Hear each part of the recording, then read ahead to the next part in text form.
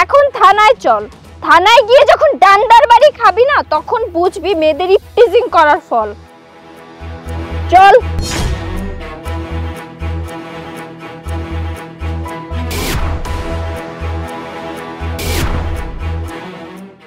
ওঠ, গাড়িতে ওঠ। রং চা না দুধ চা? আরে আমাকে দুধ চা দাও, তুমি জানো না আমি দুধ চা পছন্দ করি। তুই কি খাবি?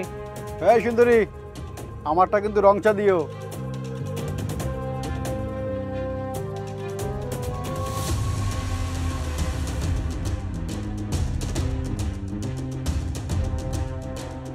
শোনেন, আপনার একটা কথা কই, ভালো করে শুনে রাখেন। আমার কিন্তু একটা নাম আছে। আপনার যদি আমার নামটা পছন্দ না হয় বা আমার যদি আমার নামে ডাকতে আপনি না চান, তাহলে আমারে চাওয়ালি ডাকবেন। কিন্তু ওই সুন্দরী আরো কি কি নামে যে ডাকেন ওই সব নামে আমারে ডাকবেন না। আমার কিন্তু একদম ভাল লাগে না এসব। আর আপনি যে প্রতিদিন আমার দোকানে আমারে ডিস্টার্ব করেন, আমার কিন্তু একদম ভাল লাগে না। দোকানে আইবেন, চা খাইবেন, সুন্দর করে চলে যাবেন, আমার এরকম জ্বালাতন করেন কেন? দেখেছিস, আমার সুন্দরী দোকানি আমার কথা রাগ করেছে আর আমাকে নিষেধ করছে এখানে আসতে। আরে আমি যে তোমার দোকানে আসি এটা তো তোমার সৌভাগ্য, সেখানে তুমি আমাকে থ্রেট দিচ্ছ। এই, তুমি জানো আমি কে?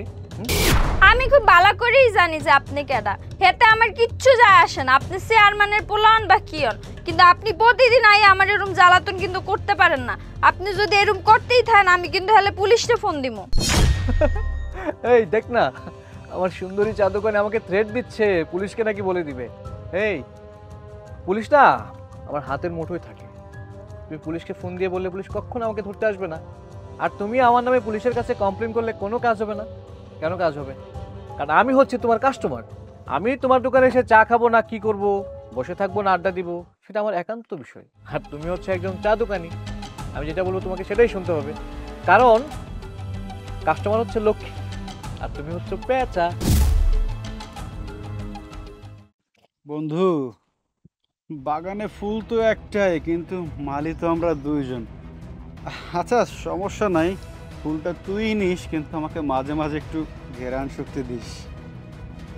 শোন, ফুলের পাপড়ি যখন ছোট ছোট পড়বে না, সেগুলো তুই খুঁজে খুঁজে নিয়ে নিয়ে গান শুকিস, ঠিক আছে?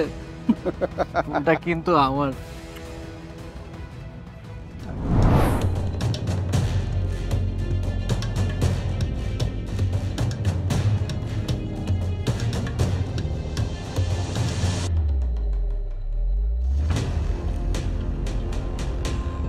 কোথায় যাইতেছো? দোকানে?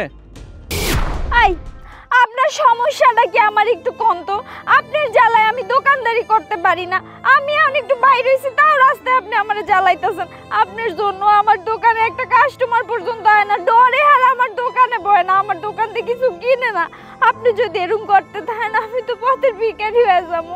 এমনি আমি এত কষ্ট করে আমার সংসারটা চালাই, আপনি আমার এরকম জ্বালানো বন্ধ করেন। আর আপনি যদি আপনার এই সমস্ত কাজ করতেই থাকেন আমি কিন্তু হলে পুলিশে ফোন দিব, কয়া দিলাম। শোনেন, আপনার আমি একটা সাফ সাফ কথা কইতাছি, আপনি আমার দোকানে আর যাইবেন না। আপনার কাছে আমি আর কিছু বেচবো না। এই শোন না, মালটা আমাদেরকে কি বলে? আমাকে নিষেধ করতেছে ওর দোকানে যাওয়ার জন্য, আমাকে থ্রেট করতেছে। আবার কি বলে? পুলিশকে জানিয়ে দিই। আরে ও যদি পুলিশকে জানিয়ে দেয়, পুলিশ আমার কি করবে? হ্যাঁ, পুলিশ তো আমার হাতের মুঠোয়, তাই না? আমারে দেখায় পুলিশের। এই মেয়ে, সোহেল যে তোমার এইখানে আসে এটা তোমার সাত কপালের ভাগ্য, বুঝছো? শোনো, সোহেল তোমার কাছে একটা সার্ভিস চাইছে, তুমি সার্ভিসটা দাও, তাহলে তোমাকে এই চার পান বিক্রি করে খেতে হবে না, বুঝছো? তোমাকে কি বলি, তুমি তো ভালোভাবে বললে কিছু শুনবা না। এতদিন ভালো করে বলছি, মাথায় নাও নি। তোমার সাথে আঙ্গুল পাকা করে কথা বলতে হবে। এখনো সময় আছে, এত তেজ না দেখে সোহেল যে সার্ভিসটা চেয়েছে সার্ভিসটা দিয়ে দাও, লাখপতি হয়ে যাবে, লাখপতি, বুঝছো? বাপের জন্মে এত টাকা পয়সা দেখো নাই তুমি।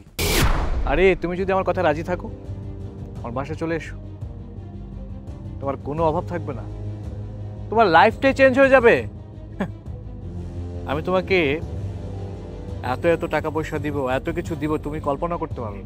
আরে ভাঙা দোকান চালিয়ে কি করবে তুমি? এটা দিয়ে কয় টাকা ইনকাম করো? হ্যাঁ, তুমি যদি আমাকে সার্ভিস দাও না, মোটা অঙ্কের টাকা পাবে। তাছাড়া তুমি যদি আমার কথা রাজি না হও, তাহলে বুঝতে পারতেছো কি হইতে পারে। হ্যাঁ, আমার সম্পর্কে তো তোমার খুব ভালো করে ধারণা আছে আমি কি করতে পারি।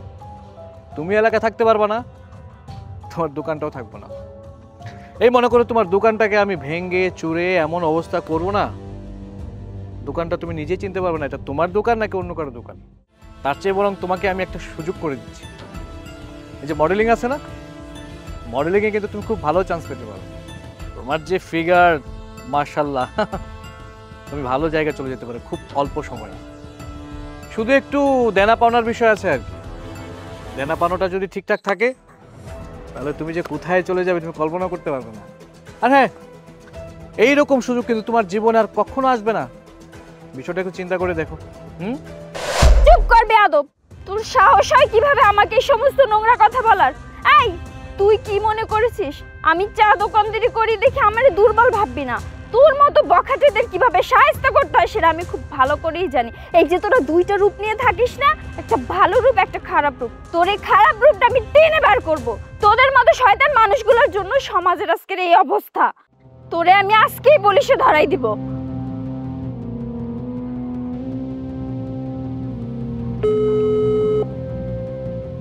হ্যালো স্যার, আমি লিলি কইতাছি। এই যে আপনি যে আমাকে এলাকায় স্যার প্রতিদিন আহেন না, আমি এই চা দোকানদারি মাইয়াটা।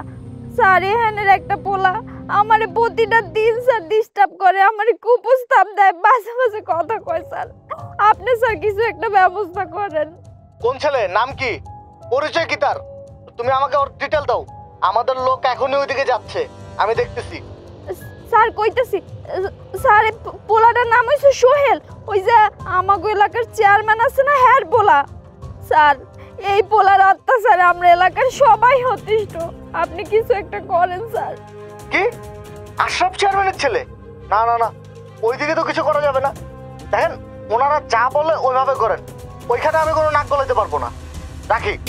Sir sir hello hello. এই কি করলো তোর পুলিশ? কিছু করবে বলেছে? আমার কিচ্ছু করতে পারবো না। আর এইসব বাড়াবাড়ি করলে না, ফলাফলটা কিন্তু একদম ভালো হবে না বলে দিচ্ছি।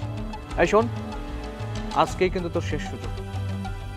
আজকে রাতের মধ্যে তুই আমার বাসায় চলে আসবি, ওর সাথে আমি রাসলীলা খেলবো। আর যদি না আসিস, কালকে সকালবেলা কিন্তু তুই ঘুম থেকে উঠে তোর দোকানটা দেখতে পাবি না। এই চল।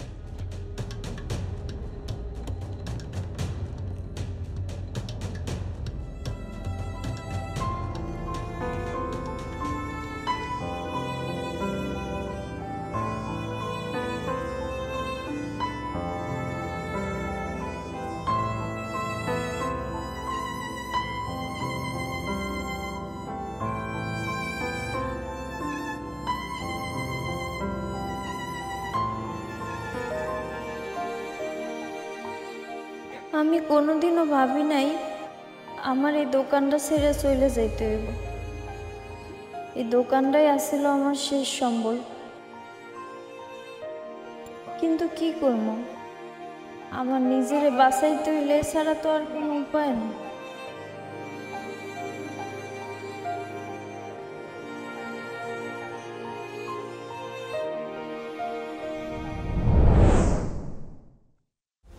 হ্যাঁ বেটাই, পুরো সিট একলা দখল করে বই রয়েছিস তুই। ওঠ, দেখো তো ভাইরা আইছে। ওঠ। এই তোর কানে দিয়ে যাইতেছে না? ও যে বলছে তুই আমার চিনস না, তুই আমার সামনে এভাবে বসে মোবাইল টিপেছিস। সর এখান থেকে। এই দাঁড়া, তোরা যদি নেক্সট টাইম আমি দেখি না আমার চোখের সামনে, একদম মেরে ফেলবো বলে দিলাম। শর্ট যা।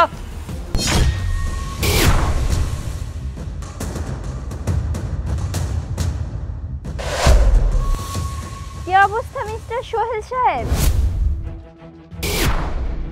আশা করছি আপনারা ভালোই আছেন। অনেকদিন পর আপনাদের সাথে দেখা, আমি ওয়েট করছিলাম এই দিনটির জন্য। যাক, ভালোই লাগলো আপনাদের সাথে দেখা হয়ে। আমার মনে হয় আজকে আপনাদের সাথে আমার দিনটি খুব ভালোই কাটবে। আচ্ছা, আপনি আমাকে চিনলেন কি করে? আমি তো আপনাকে চিনতে পারছি না। মানে আপনি কি আমাদের এই এলাকায় নতুন জয়েন করেছেন? হ্যাঁ, আমি এই থানায় নতুন জয়েন করেছি। আপনাদের ব্যাপারে অনেক কথা শুনলাম, আপনাদের নাকি অনেক ক্ষমতা।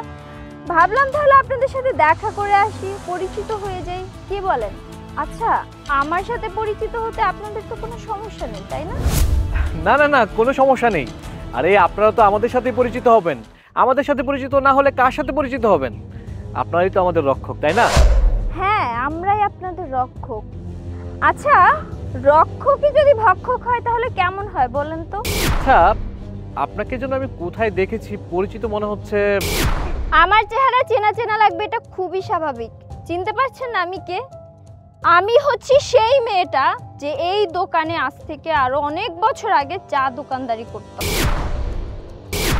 আমার নাম হচ্ছে লিলি। লিলি আমার নাম। এতটা দিন আপনাদের অনেক অত্যাচার আমি সহ্য করেছি। দিন রাত আপনারা আমাকে ইফটিজিং করেছেন, অত্যাচার করেছেন। শুধু আমি না, আমার মতো এরকম অনেক মেয়ে দিন রাত অত্যাচারিত হচ্ছে, ইফটিজিং হচ্ছে, কিন্তু কেউ না মুখ খুলছে না। দেখুন, আপনারা কিন্তু দিব্যি ভালো আছেন। দিন রাত মাস্তানি করে বেড়াচ্ছেন, মানুষকে শান্তি মতো থাকতে দিচ্ছেন না। এখন আপনারাই বলুন, আপনাদের কি শাস্তি দেওয়া উচিত? শাস্তি দিবেন মানে? আমি তো কিছু বুঝতে পারছি না। ও আচ্ছা, মনে পড়ছে, তুই তো সেই লিলি, এই যে চা দোকানদারি করতি, চিনতে পারছি। আচ্ছা, তুই আমাকে এবার বলতো, তুই এই পুলিশের ড্রেস কোথায় পেয়েছিস? পুলিশের ড্রেস পরে আমাদেরকে ভয় দেখাতে আসছিস না? তোর সাথে আমি বাজে আচরণ করেছিলাম, তোকে আমি কি বলেছিলাম, এই জন্য ভয় দেখাতে আসছিস যে তুই পুলিশ হয়েছিস। এই, তোর কি মনে হয় আমি কি ভয় পাই? হ্যাঁ, আমি কিন্তু এত সহজে কাউকে ভয় পাই না। তোর কিন্তু আমার সম্পর্কে খুব ভালো করে জানা আছে। হ্যাঁ, এই দোস্ত, কি বলে রে? এই, তোর কি কোনো রকম আমাকে পাগল মনে হয়? হ্যাঁ, দেখে পাগল মনে হইতেছে? নকল পুলিশ সাইজা এসে আমাকে ভয় দেখাইতেছস? ও আচ্ছা, তাই না? তাহলে তোর আমাকে নকল পুলিশ মনে হচ্ছে? শোন, থানায় নিয়ে যখন ডান্ডার বাড়ি দিব না, তখন বুঝবি যে আমি নকল পুলিশ না আসল পুলিশ। আমি শুধুমাত্র আজকে এই অবস্থানে আসছি তোদের মতো জানোয়ারগুলোকে শায়েস্তা করার জন্য। এই, তোর না অনেক ক্ষমতা, যা তোর বাপ ভাইদেরকে ডাক, দেখি তোর বাপ ভাইরা এসে আমার হাত থেকে তোকে কিভাবে বাঁচায়। আর হ্যাঁ, তোদেরকে অনেক ধন্যবাদ, স্পেশালি ধন্যবাদ তোকে। কেন জানিস? তুই যদি সেদিন আমার সাথে এরকম ব্যবহার না করতি, দিনরাত আমাকে অত্যাচার না করতি, তাহলে আমি আজকে এরকম একটা পজিশনে থাকতে পারতাম না। এই এই কি হচ্ছে এসব? হ্যাঁ, তুই কিন্তু আমাকে খুব ভালো করে চিনিস। আমি চাইলে তোর চাকরিটা একদম খেয়ে দিতে পারি, তাই বলছি তুই এখান থেকে ভালো ভালো চলে যা, না হলে কিন্তু তোর খারাপই আছে কপালে। কি বললি তুই? আমার চাকরি তুই খেয়ে দিতে পারিস? আচ্ছা, সেটা নিয়ে আমরা পরে কথা বলবো। শোন মিস্টার সোহেল, আমার চলার পথে না তোদের মতো এরকম অনেক কুকুর শিয়াল আমাকে অনেক ডিস্টার্ব করেছে, অনেক অত্যাচার করেছে। আরে আমি তো তোদের কথা ভুলেই গেছিলাম। আমি যখন এই থানায় জয়েন করেছি, দেখলাম যে তোদের নামে অসংখ্য কমপ্লেন পড়ে আছে, কেউ কোনো প্রতিবাদও করছে না। আমাকে বাধ্য হয়েই তাই তোদের সামনে আসতে হলো, তোদের সাহায্য করার জন্য। তোদেরকে আমি এমন দৃষ্টান্তমূলক শাস্তি দিব যে তোদের দেখে অন্য জানোয়ারগুলোরও যেন শিক্ষা হয়ে যায়। এখন থানায় চল, থানায় গিয়ে যখন ডান্ডার বাড়ি খাবি না, তখন বুঝবি মেয়েদের ইফটিজিং করার ফল। চল।